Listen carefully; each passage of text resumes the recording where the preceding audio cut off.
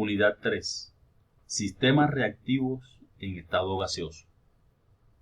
Los sistemas de densidad variable son aquellos donde la densidad sufre un impacto significativo por variables como presión, temperatura y cambios químicos. El ejemplo que veremos a continuación refleja este tipo de sistemas. La cinética de la reacción en fase gaseosa. Un mol de A se combina con 3 moles de B para dar una mol de C, tiene un modelo matemático reflejado por la siguiente ecuación. La velocidad de descomposición de A es igual a 8 por 10 a la menos 1 por E elevado a la menos energía de activación sobre RT por la presión parcial de A elevado a la 1,25 por la presión parcial de B a la 0,3. Para este tipo de sistemas gaseosos, los modelos cinéticos también utilizan la presión parcial de los componentes, en este caso los reactivos, para reflejar la situación del sistema. La presión parcial está expresada en atmósferas y la velocidad en moles por litro por minuto. El proceso se llevará a cabo a presión constante e igual a 35 kilogramos fuerza por centímetro cuadrado, equivalentes a 33.87 atmósferas y una temperatura de 220 grados centígrados. Los flujos molares iniciales de los componentes A y B tienen una relación. La relación se ve aquí, es decir, el flujo molar del componente B sobre el flujo molar inicial del componente A es igual a 5.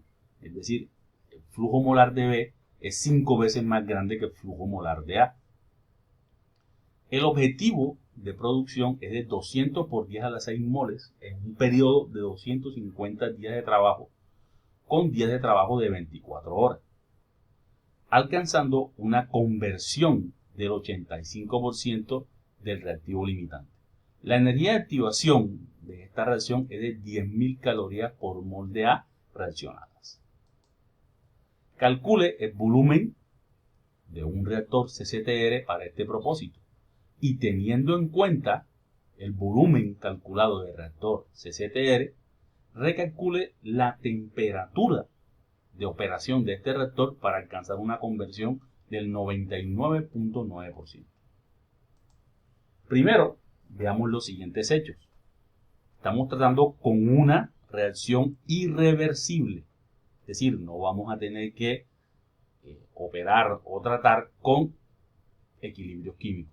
También la reacción es en fase gaseosa, es decir, recuerde que el flujo volumétrico viene definido por esta ecuación. Y el reactivo limitante es el reactivo A. ¿Por qué? Porque está en menor proporción y si usted ve el modelo estequiométrico, se necesitan 3 veces más moles de B que de A. Por eso es que la relación entre F de B inicial y F de A inicial es 5.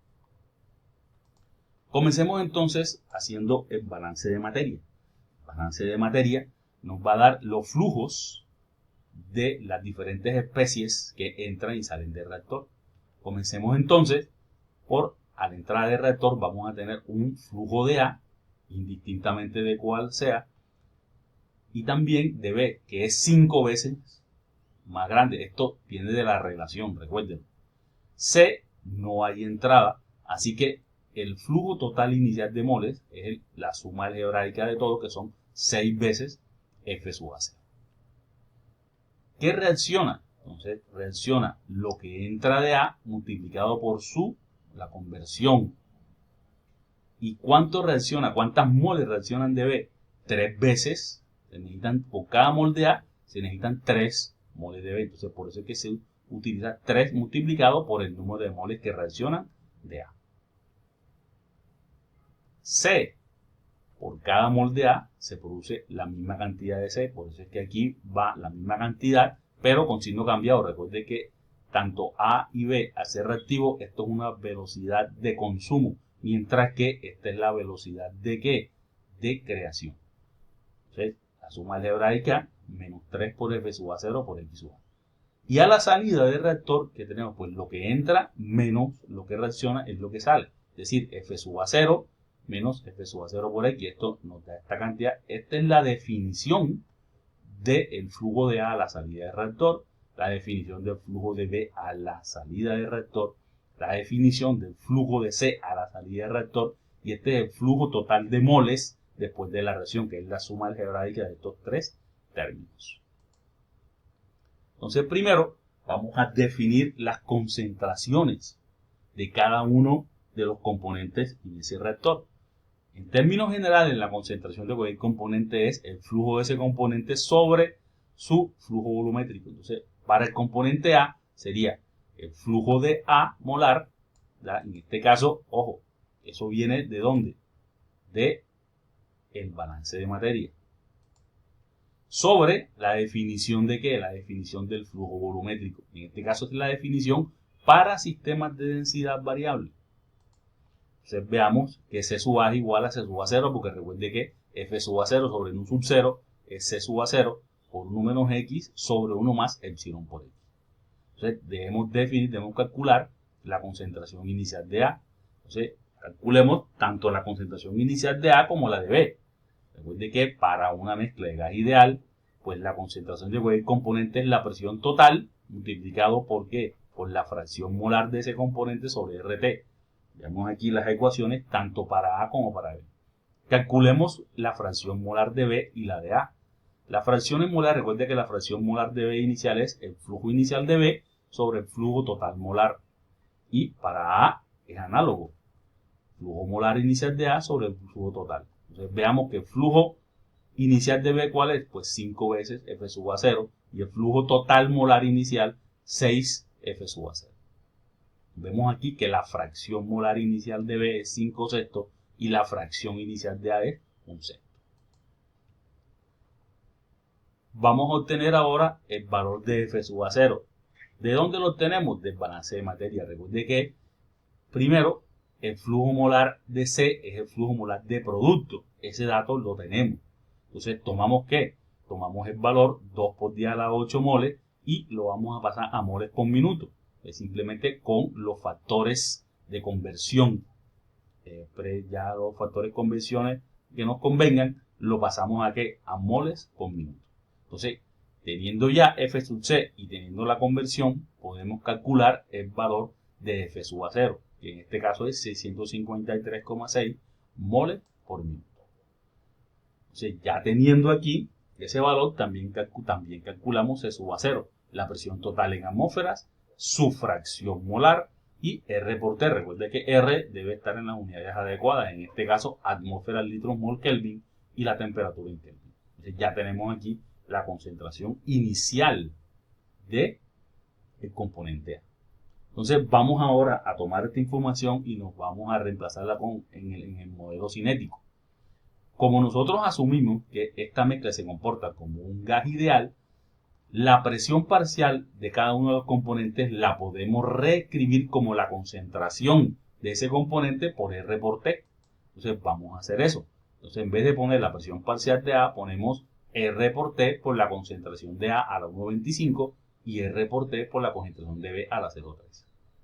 Y vamos ahora a reemplazar la definición de concentración de A y la definición de concentración de B en la cinética para dejar la cinética en función a ¿qué? A la conversión. Vemos aquí que estamos reemplazando C sub A, definimos C sub B. Recuerden que este flujo viene del balance de materia y tenemos C sub B aquí. Y ese C sub B lo vamos a ¿qué? Lo vamos a reemplazar. Pero antes de reemplazar todo, calculamos epsilon. Recuerden que epsilon es igual a delta por la fracción molar inicial del componente de referencia, que en este caso es A. ¿Delta qué es? Pues la sumatoria de nu sub i de los productos menos la sumatoria de nu sub i de los reactivos. Es decir, este nu sub i, ¿cómo está definido? Como lo que en la reacción química, recuerden ustedes que en la reacción química estamos trabajando ¿qué? Un mol de producto menos 4 moles de reactivo. Es decir, estos son los valores de molares, el cambio molar que tenemos en la reacción química. ¿Ve? Son simplemente los cambios químicos o los cambios molares que tenemos aquí, por ejemplo, en la reacción. Es decir, los coeficientes estequiométricos de los productos menos los coeficientes estequiométricos de los reactivos. En este caso, esto da menos 3. Así que epsilon es delta, que es menos 3, por la fracción molar inicial del componente de referencia, que es un sexto, es decir, epsilon tomará en este caso menos 0,5. Entonces, reemplazando todo en el modelo cinético, veamos aquí, reemplazamos C sub A, aquí reemplazamos C sub B, la temperatura, ojo, la temperatura de trabajo es de 493 Kelvin y la energía de activación es 10.000 calorías por mol de A, que vemos que ese componente se reemplaza en la primera parte del modelo. Entonces veamos aquí, reemplazando, vamos a reemplazar todo, digamos que todas esas variables en el modelo y vamos a reescribir, ¿ve? Vamos a calcular entonces la velocidad de reacción. Entonces vamos a reemplazar R, vamos a reemplazar T y vamos a reemplazar también la conversión. Recuerde que la conversión es de 0,85, dando un valor de velocidad de 1.34 por 10 a la menos 4 moles sobre litros por minuto. Entonces, con ese valor de velocidad de reacción, vamos a la ecuación de diseño del reactor CSTR.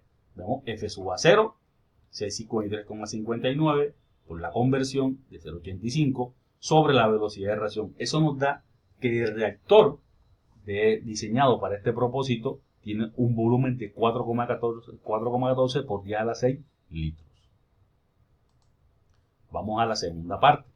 Entonces, en la segunda parte lo que se nos dice es, tomando en cuenta un reactor de ese volumen, a qué temperatura debería operar para alcanzar una conversión del 99,9%. Entonces, primero que todo, vamos a redefinir las concentraciones tanto de A como de B en función a la temperatura, porque la nueva temperatura de trabajo no la conocemos. Nosotros definimos A y B, pero recuerde que son funciones a temperatura. ¿Por qué? Porque las concentraciones son impactadas, ¿por qué? Por la temperatura. Entonces, veamos aquí, C sub A y C sub B se dejan en función de la temperatura y se ponen ¿en dónde? En la ecuación de velocidad. F sub A 0, F sub A 0 lo calculamos, es F sub C sobre la nueva conversión, ojo, porque F sub A 0 se calcula en función a la nueva conversión, 556 moles por minuto. Entonces, tomamos ahora, ¿qué hacemos? Pues tomamos la definición del reactor CSTR, es decir, el flujo molar inicial sobre el volumen, el que lo tenemos nosotros aquí, es igual a el modelo cinético dividido entre la conversión, pero la conversión es casi 1, así que solamente ponemos la ecuación de velocidad, y esa ecuación de velocidad, la única variable que tenemos es la temperatura, porque lo demás ya lo tenemos. Entonces lo que hacemos es desarrollar matemáticamente esto. Primero calculamos primero lo que está dentro de los paréntesis, luego los exponenciales, vemos aquí, y ¿para qué? Para despejar la temperatura, aplicamos logaritmo a ambos lados y vemos que la temperatura a la cual el reactor debe operar para alcanzar una conversión del 99,9 es de 673,7 Kelvin. Vemos que la temperatura es un factor muy preponderante sobre la cinética.